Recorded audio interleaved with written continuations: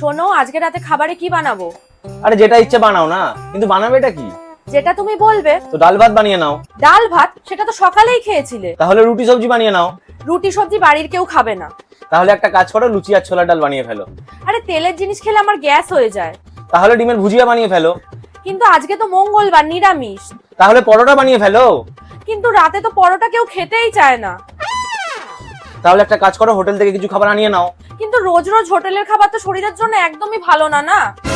আরে তাহলে অন্তত পনিরের তরকারি আর ভাত তো বানাও। আরে পনির তো ঘরে নেই না। তাহলে ইডলি সাম্বার।